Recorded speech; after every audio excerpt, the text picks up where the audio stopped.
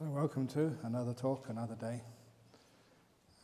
Hopefully you're beginning to relax now and get used to the place, get some good rests, so that hopefully some of your tiredness, if not all of it, can be overcome by now, and you can start getting some more energy coming up. Now, you need that energy to be able to be mindful. One of the difficulties in meditation is when there is no mindfulness, you don't really know how to let go. In fact, you don't know what you're doing. It's like driving a car when you're drunk. So, if you are, not that I would know that, of course, but some people tell me.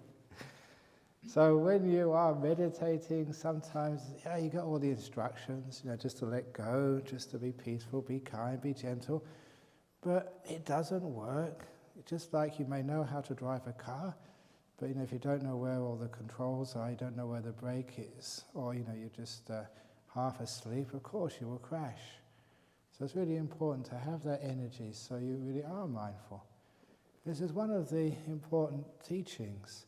It's not just about being mindful, it's just how mindful are you, and also where you put that mindfulness. That's really important. So first of all, like how you are mindful, you will notice throughout the day, maybe not at the time, but using your power of memory, recollection, there are times of the day when your mind is very sharp and clear. And there are times we don't know really what you're doing. Maybe when you woke up in the morning, oh, where am I? What's going on here? I remember one monk, years and years ago, he woke up in the morning, he meant actually to turn his alarm clock off. But instead he put his hand on the toothpaste and got toothpaste all over his hand. It's actually much better than an alarm clock, because when you've got toothpaste all over your hand, you can't go back to sleep. But when you press the clock, you can. But he didn't know where he was or what he was doing, simply because often when you first wake up, your brain hasn't really turned on yet. Your mindfulness is at its lowest. And at other times in the day, you think you're awake, but you're not really that awake. And you can tell that because you close your eyes and you meditate. You're not really there. It's not bright, it's not clear. And even other things, you may be walking down and trip over things, step on things or whatever. It means you're not really alert. So that's why it does take a while to bring up the mindfulness to a level where you can meditate. And if you haven't got enough mindfulness, basically you're driving a car with a foggy windscreen. You're driving a little bit drunk. Your awareness is not strong enough, which is one of the reasons why people meditate, they don't get anywhere, or they get frustrated, they think they can't do it, because they haven't done the preparation to be mindful enough, first of all.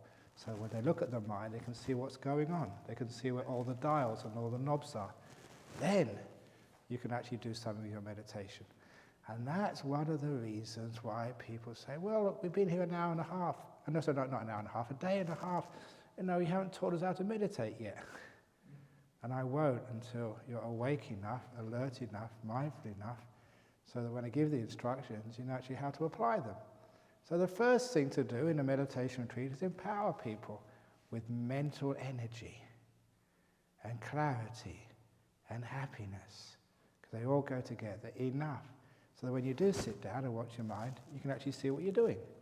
And then it's really easy to meditate. So it's just establishing mindfulness, first of all, is one of the tasks. And that is why I ask you to rest a lot. Because when you're tired, with the best will in the world, you can't be that mindful. You're a bit asleep. I just came back from a trip to UK and Norway. And it's wonderful, when you come back, you've got an excuse for making mistakes. Jet lag, I'm tired. Unfortunately, I've run out of that excuse anymore. Now I've been back 2 weeks, so I can't have any more excuses. And it's true, if you're tired, if you're sick, you're going to lose a lot of mindfulness. And it's very difficult to know what you're doing. So first of all, rest. Eat well. Not too much, though, because then you lose your mindfulness again. Just enough. And get a little bit of happiness in your life. It's that happiness is very, very important to be able to have strong mindfulness. I've noticed that the miserable people in this world have got very little mindfulness at all. But those ones who are joyful, who are happy, they're the ones who have some mindfulness, because they've got energized minds. Which is one of the reasons, just this morning, those of you who were here this morning, again to do the 3 over-the-top sadhus, you can see what's happening there. That gives you energy, it makes you laugh, and it brings happiness to your life.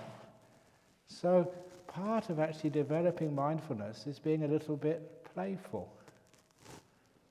Playfulness is an incredibly powerful tool, which because of our stupid culture we think, oh, I'm too old to be playful now. You're never too old to be playful.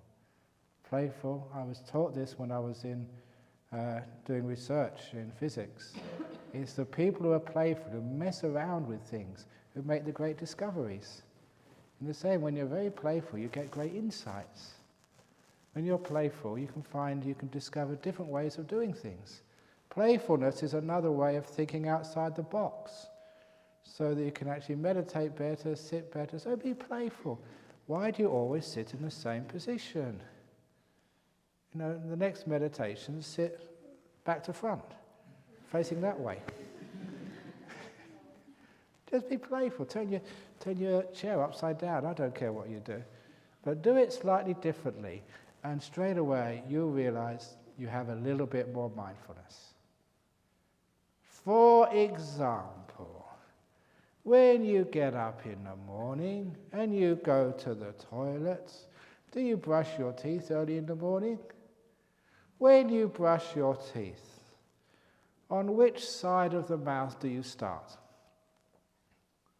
Top, bottom, left or right, or in the middle? Whichever way it is, the next time you brush your teeth, start somewhere else. Live on the wild side. Because you see what happens, if you always do it the same place, the top left, say, you start there, it becomes habit.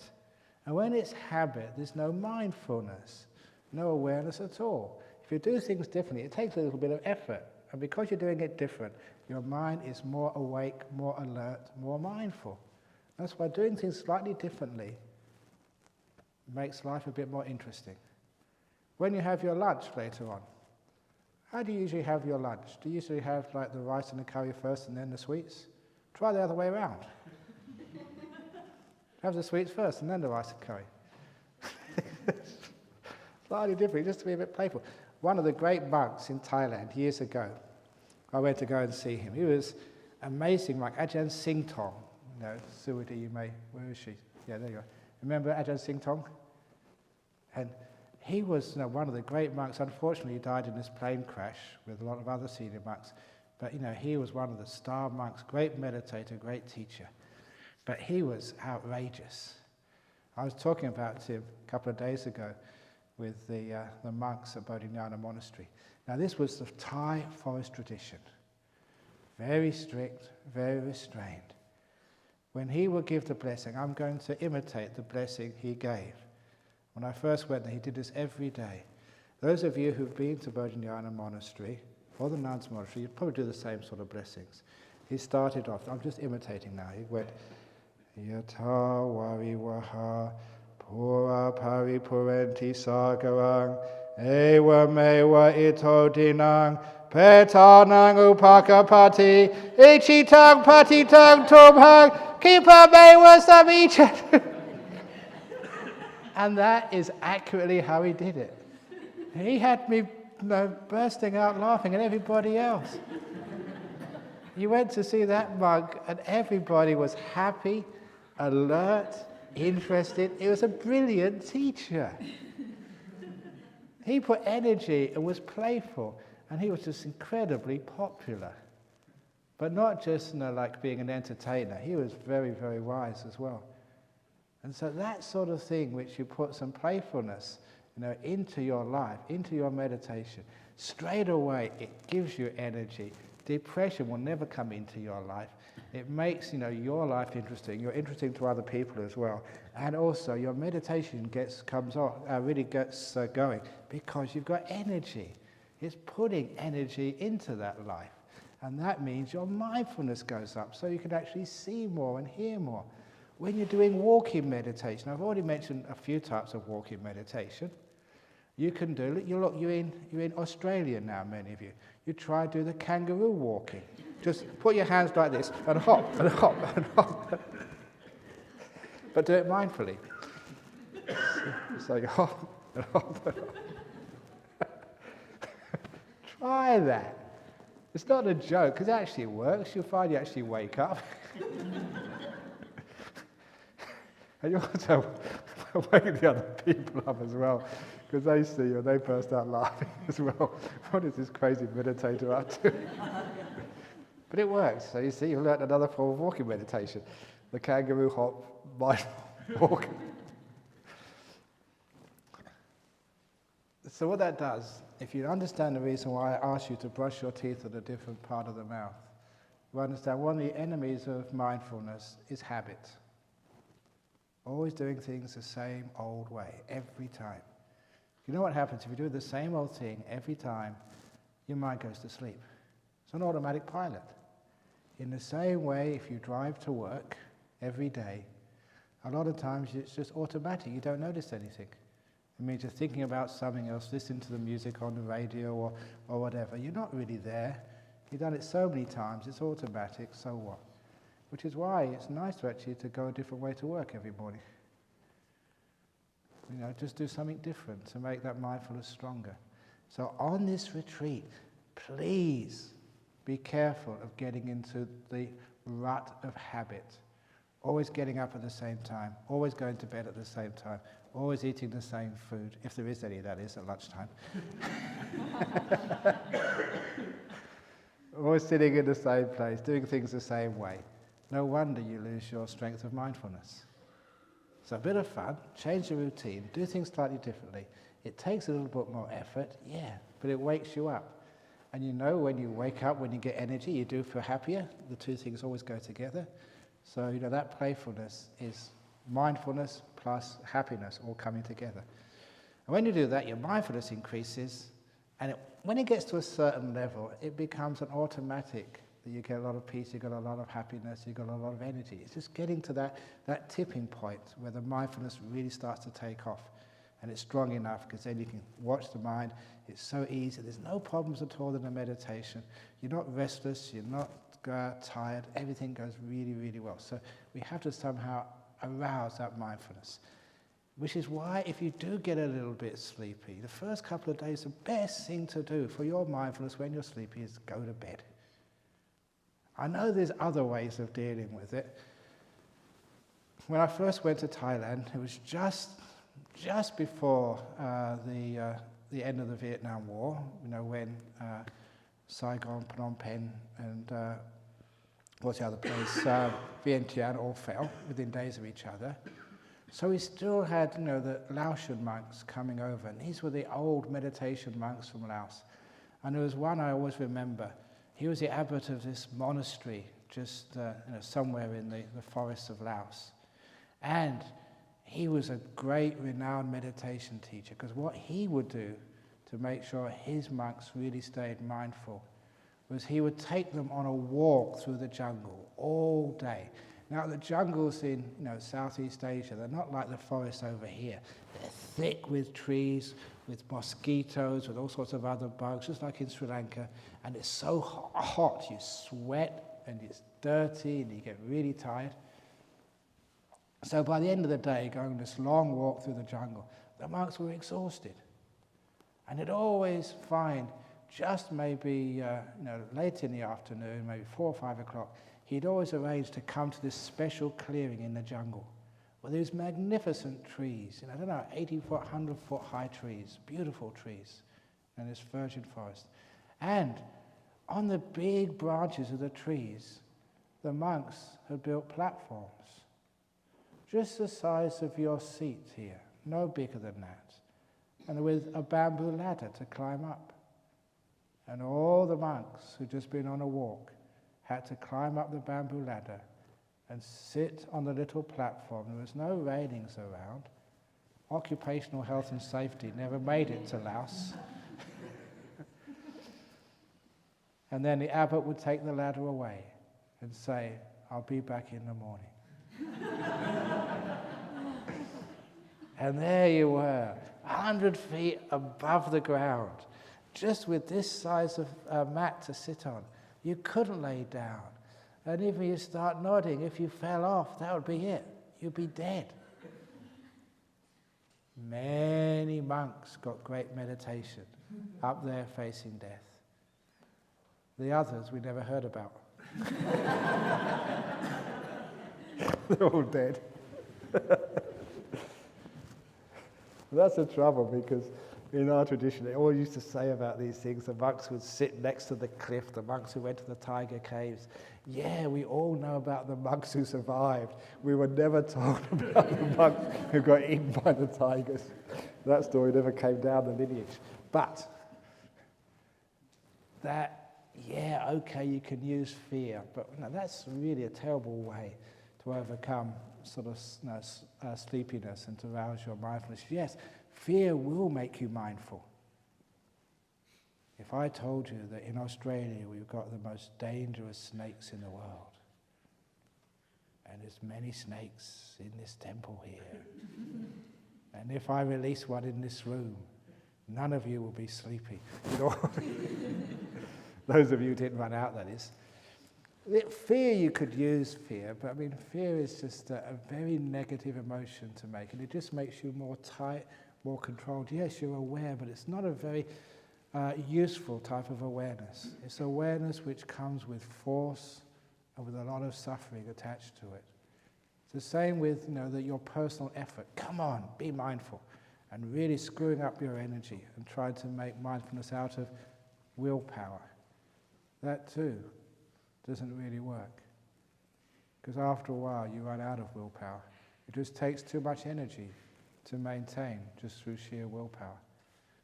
That's why using willpower also does not work. I remember this monk, I have his bowl. When he disrobed, he gave me his bowl, and I still have it to this day. And he was a French monk, and he was very quiet. And every time we meditated, he always sat dead straight. Never once did we see him nod, not even slightly.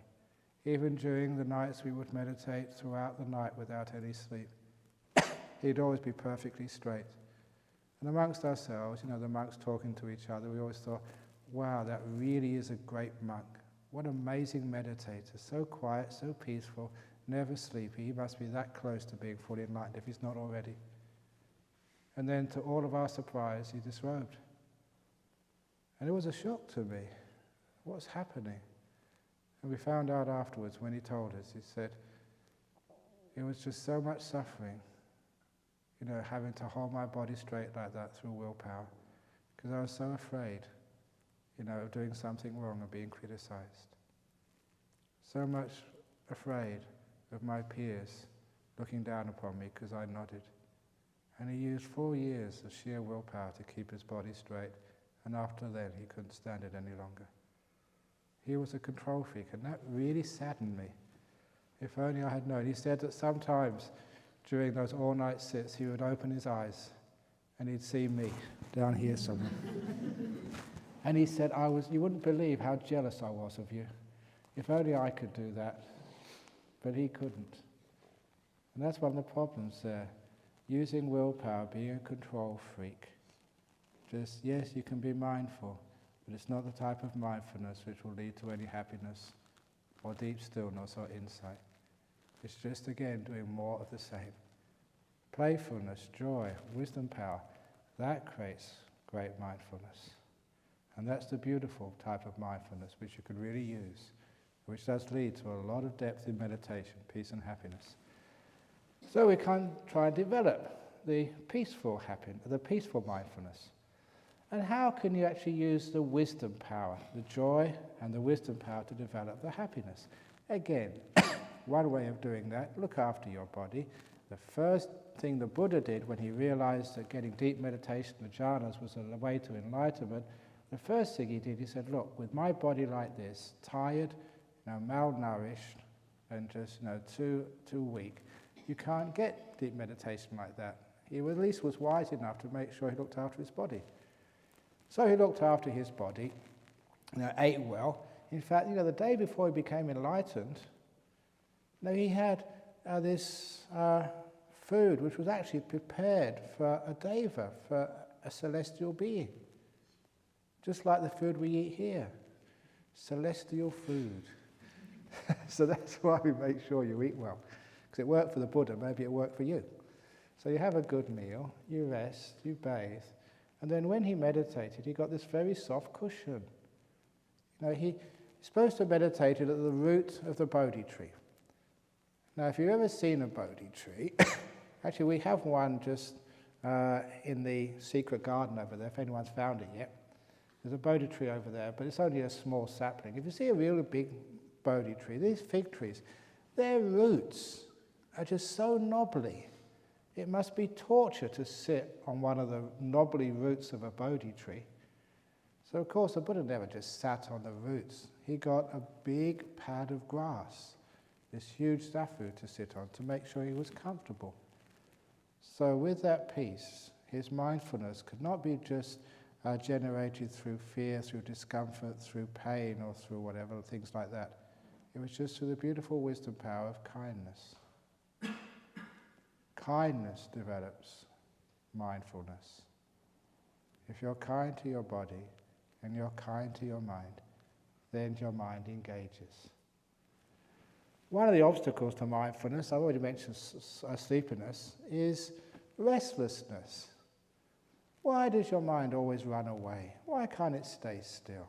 Why, you start meditating, you start thinking of all sorts of other things. And years ago, I developed the following simile, because I was watching, why does my mind keep running away? Instead of trying to stop it through willpower, I try to understand it. Why? And I soon figured out that my mind kept on wandering off because it didn't like me. Have you ever tried to make friends with someone? As soon as you call them up, they say, no, sorry, I'm busy. Would you like to come round? And say, oh no, I'm not free today. It's like telling you something. They don't like you. So any time I tried to hang out with my mind, it ran away. And so I developed the simile of the coffee shop. Imagine that one day you ring up, let's put it the other way. You ring up your friend and say, look, I've got an afternoon off. I know you're not working this afternoon. Come out for a cup of coffee. And we won't go to Starbucks. We won't go to Dome. We go to Gloria Jean's.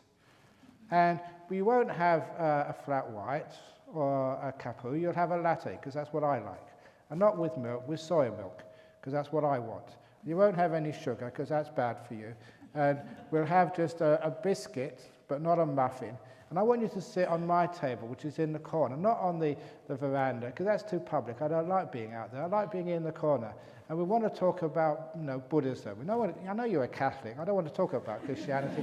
I just want to talk about Buddhism, and especially about meditation, because that's what I'm really interested in. And look, I've only got an hour and a half, so I want to spend that hour and a half. So if you want to leave early, that's not on. Stay 1 hour and a half, but no more than that, because I've got an appointment afterwards. Now, if you told somebody like that, what would they say? They'd say, I'm a bit busy today. I can't quite make it. Try again tomorrow. Now you understand why your mind runs away, because that's what you do to it. Come on, we're going to watch the breath, not the body contemplation, not vipassana. We're going to do samatha, Ajahn Brahm's retreat. Okay, now you've got to do this, and you've got to do it for 1 hour, because 30 minutes is not enough. Hour and a half is too long, because I've got to go to now do something afterwards. I've got an interview. I'll put my name down. So an hour and a half, okay. Now, I know you like to go off all over the place, but this time I want you to stay still. I want you to do it my way, okay, not the way you want to do it.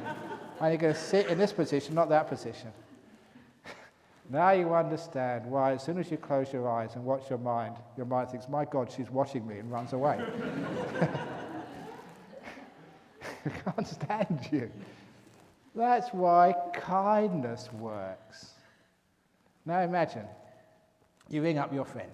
Oh no, let's change around. She rings you up and say, hey, I'm free this afternoon. Are you free? Well, why? Well, look, I found this really nice coffee shop, but you don't have to go there. Maybe that coffee shop you took me to last time, that's really, really nice. And, shall we go there? And, that coffee you gave me last time, you recommended, let's have some of that again. And, I'm really interested, in hearing what you think about spirituality.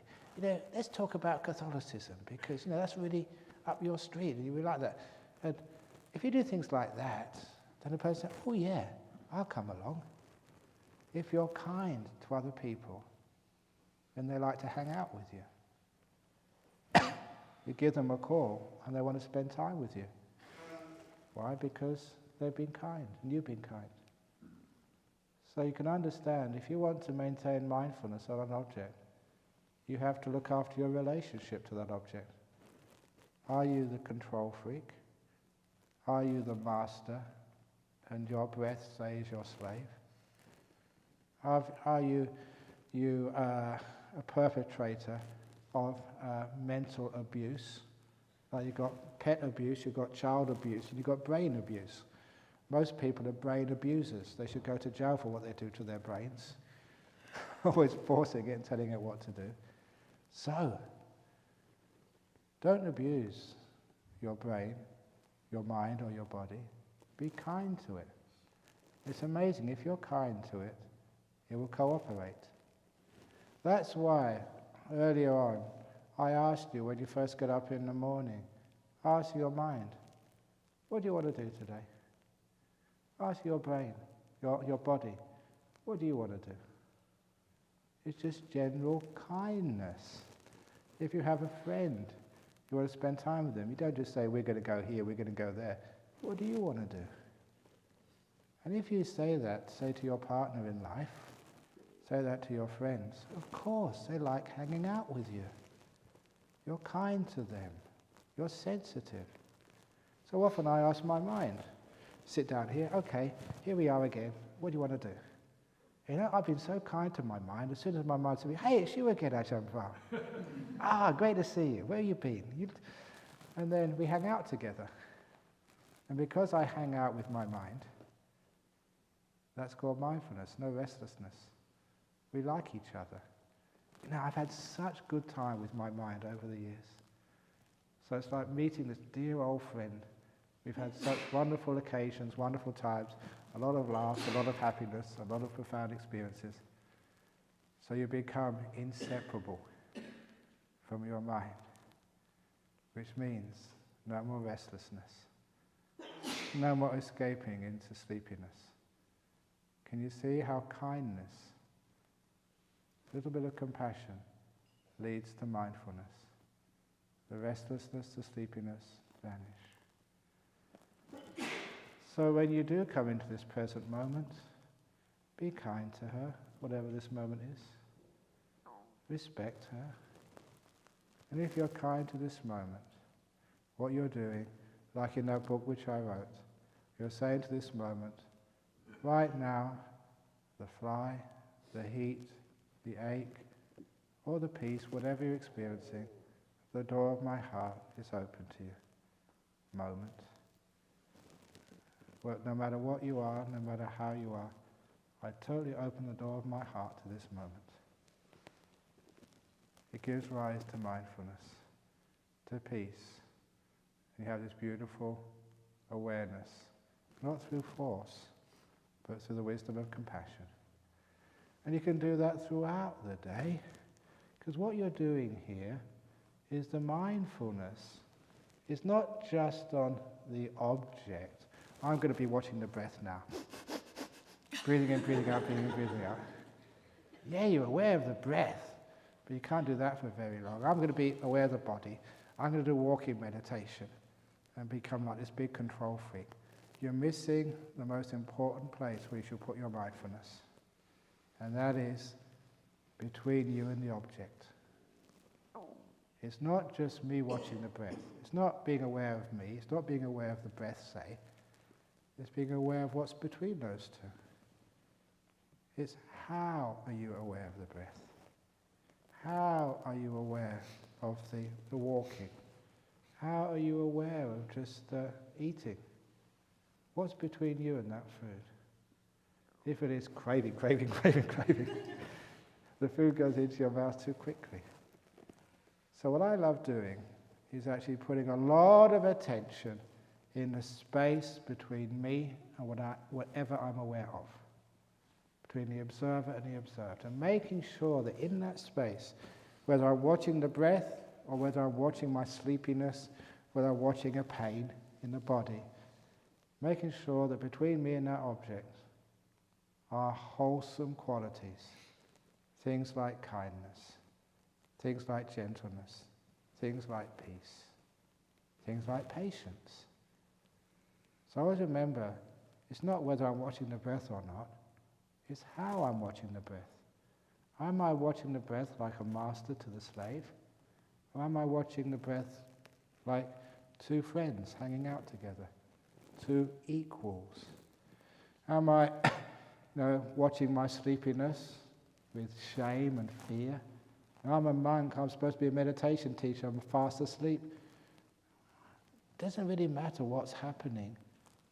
What's really important is how you are aware of that. What's between you and that object? That's where the defilements of Buddhism, the hindrances, the obstacles live.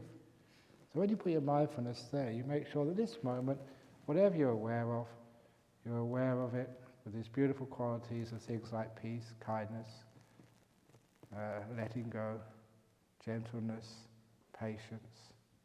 As long as I'm aware that I'm being kind, I'm being peaceful, I'm not fighting things, I'm not being violent to my body or my mind, I'm patient. As long as I see these beautiful qualities between me and my mental object, I know that I'm making what's called good meditation karma. As I said yesterday, your future is being made right now. So my future success in meditation is being made right there in the space between me and my mental object. That's where my future meditation is going to succeed or fall apart. And if I put this beautiful peace between me and the object, beautiful kindness, compassion, gentleness, patience, then I know from experience and also through faith in the law of karma, the meditation will take off, become very, very peaceful. So the mindfulness is not just, say, of the breath or the body. It's the mindfulness of how you are watching. What's between you and the object? Are you like that person who rings up the friend and tells them what coffee shop they're going to go to? Or are you kind, compassionate, sensitive? If you put your attention there, again, the mindfulness is put in the right place, and you find the meditation becomes very, very easy. Remember what I said again in one of the first evenings, the 2 types of meditation? Very powerful teaching. I think I said it here, didn't I? And sometimes I'm playful, and so that's why I think it was a couple of people who came to monastery, and they were asking about meditation. And when I said there are 2 types of meditation, sometimes I like a bit of fun and games also.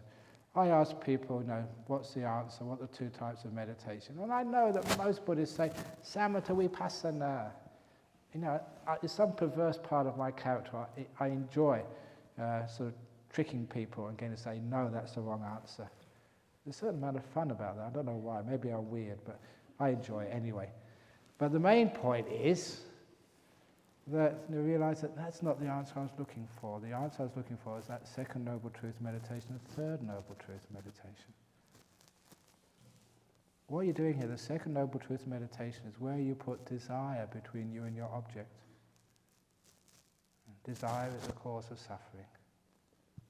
So if you are watching your body or watching your breath or whatever else you're doing in this meditation, if you're in the present moment or you're trying to be silent and there's desire between you and that silence, I want to be silent, I want to be silent, I want to be silent, it's bad meditation karma. It's second noble truth meditation. You're going to lead to suffering. You'll find no peace or happiness or freedom at all. But if you're watching the sleepiness, say, you're half asleep, but you can see enough there between you and that object, no desire. Yeah, I'm sleepy, so what? Let it be. Stop fighting. I'm restless. Oh, okay, I'll let the mind be restless. That's what it wants to do. Fine. Then you'll find, because you're being kind, you're making good meditation karma, soon you become peaceful. It's like the third noble truth meditation. No desire leads to peace. I know people have used that many, many times in this world. There was a classic story of, I don't know actually what happened to her. She was the counselor at the Buddhist Fellowship in Singapore some years ago. And I think they gave her a scholarship to study psychology, to become accredited as a counselor, and then she came back to work at the Buddhist Fellowship in Singapore for a while. And she came here for a couple of weeks retreats, and being sort of an academic, really a bright young lady, she was so restless. And she couldn't stop thinking. That was her big problem.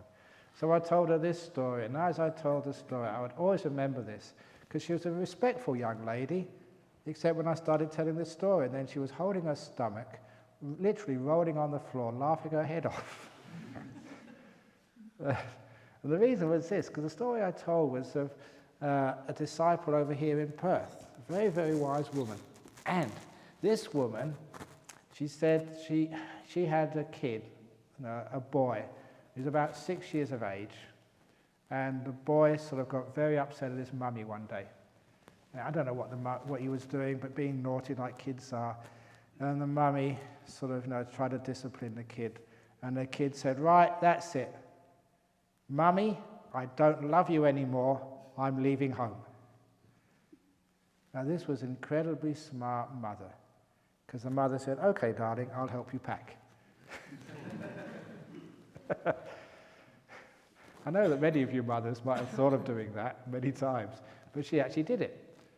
So together they went into the kid's bedroom, and they packed all the essentials of life, like the teddy bear, like into this little 6-year-old's bag. And then the mother said, "Oh, before you go, darling, I'll make you a sandwich for lunch." So I made the favourite sandwich of the kid and put it in a little brown paper bag. And then they took them to the door of the house, and the mother waved her kid off and said, "Bye-bye, son, have a wonderful life." And there, with the little suitcase with a teddy bear in one hand and the lunch in the other hand, the kid walked to the end of the garden path and opened the gate and then went down the road. And the mother just standing at the house door. He was only 6 years of age when he first left home. I know he got as far as the corner of the street before the homesickness was too much to bear. And he turned around, went through the garden gate, down the path, and his mother was still standing there, waiting to greet him. "Welcome home, darling." Now that was actually brilliant psychology. And the reason this Singapore girl was laughing her head off, she said, "You wouldn't believe this, Ajahn Brahm. I did exactly the same." Well, similar, because she was in one of these HBD blocks. There's the big apartment blocks. So that when she wanted to leave home, yes, her mother helped pack the bags. That was exactly the same, but her mother never made her any sandwiches. Her mother gave her $20, buy your own lunch. Because that's Singapore. And she didn't go down the garden path. No, she went to the elevator, and her mother was there at the elevator, waved her off. "Bye-bye, darling, have a wonderful life." And so the elevator doors closed. She pressed a button for the ground floor, and she said, "By the time I got to the ground floor, I missed my mum so much." So I pressed the button for the floor which I lived.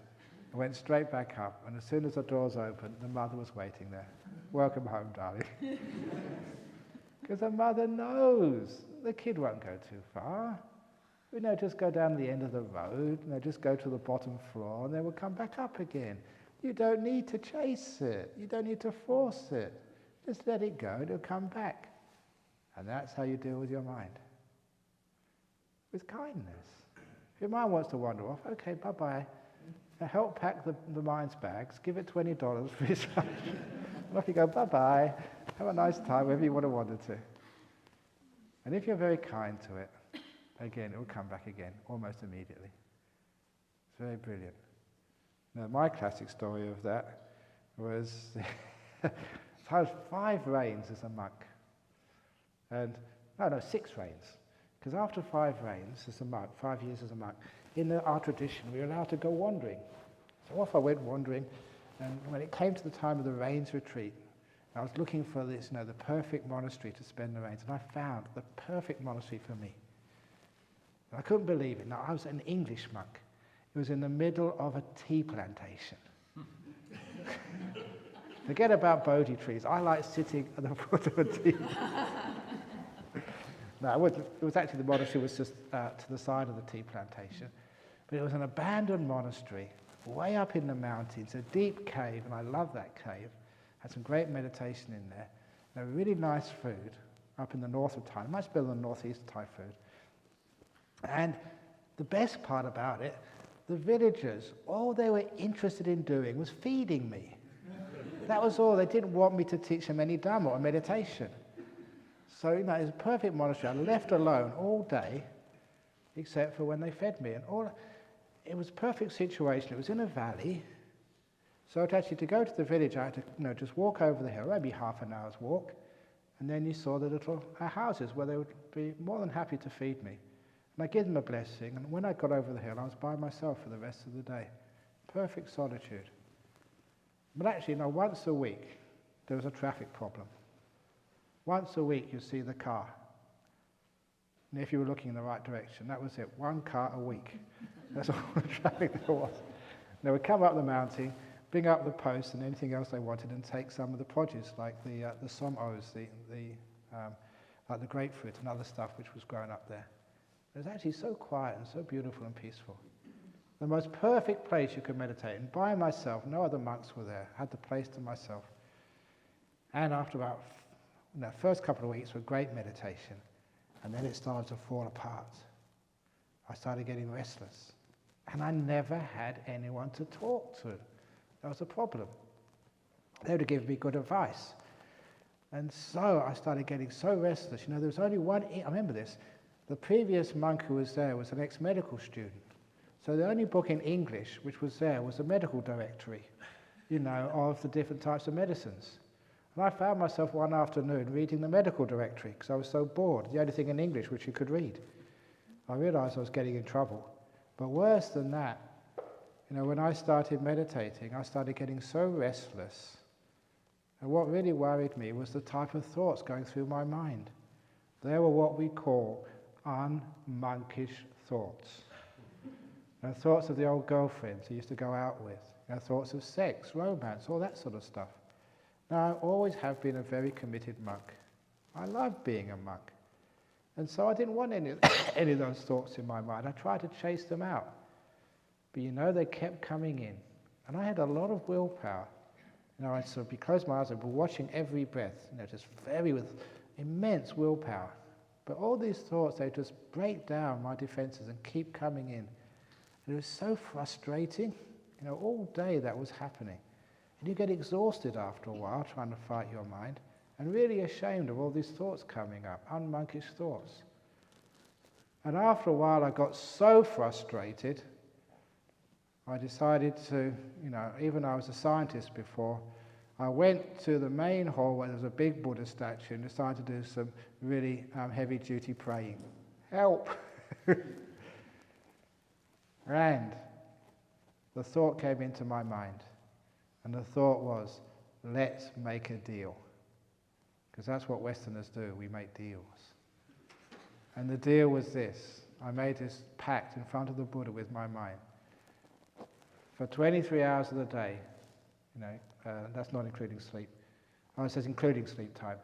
For most of the day, mind, you will behave. You watch the breath, you meditate. But for 1 hour every afternoon, from 3 o'clock to 4 o'clock, I give you permission to think any type of thought you want. Sex, weird sex, crazy sex, porn, whatever you want to think. Okay, I give in. 3 till 4, you can do whatever you want. But the rest of the day, behave. That really seemed fair enough. Okay, if you want to play time, off you go, do it, and I won't stop you. I won't inhibit you at all, I promise, as long as you behave the rest of the day. And I thought that made sense to me. I thought it would work. Of course it didn't, at least not the way I thought it would work. Because the rest of the day, I was still a struggle. And you try and watch the breath, and these thoughts will still come crashing in. And you can't stop them. I'm sure you've experienced that. You know what it's like. The thoughts come in.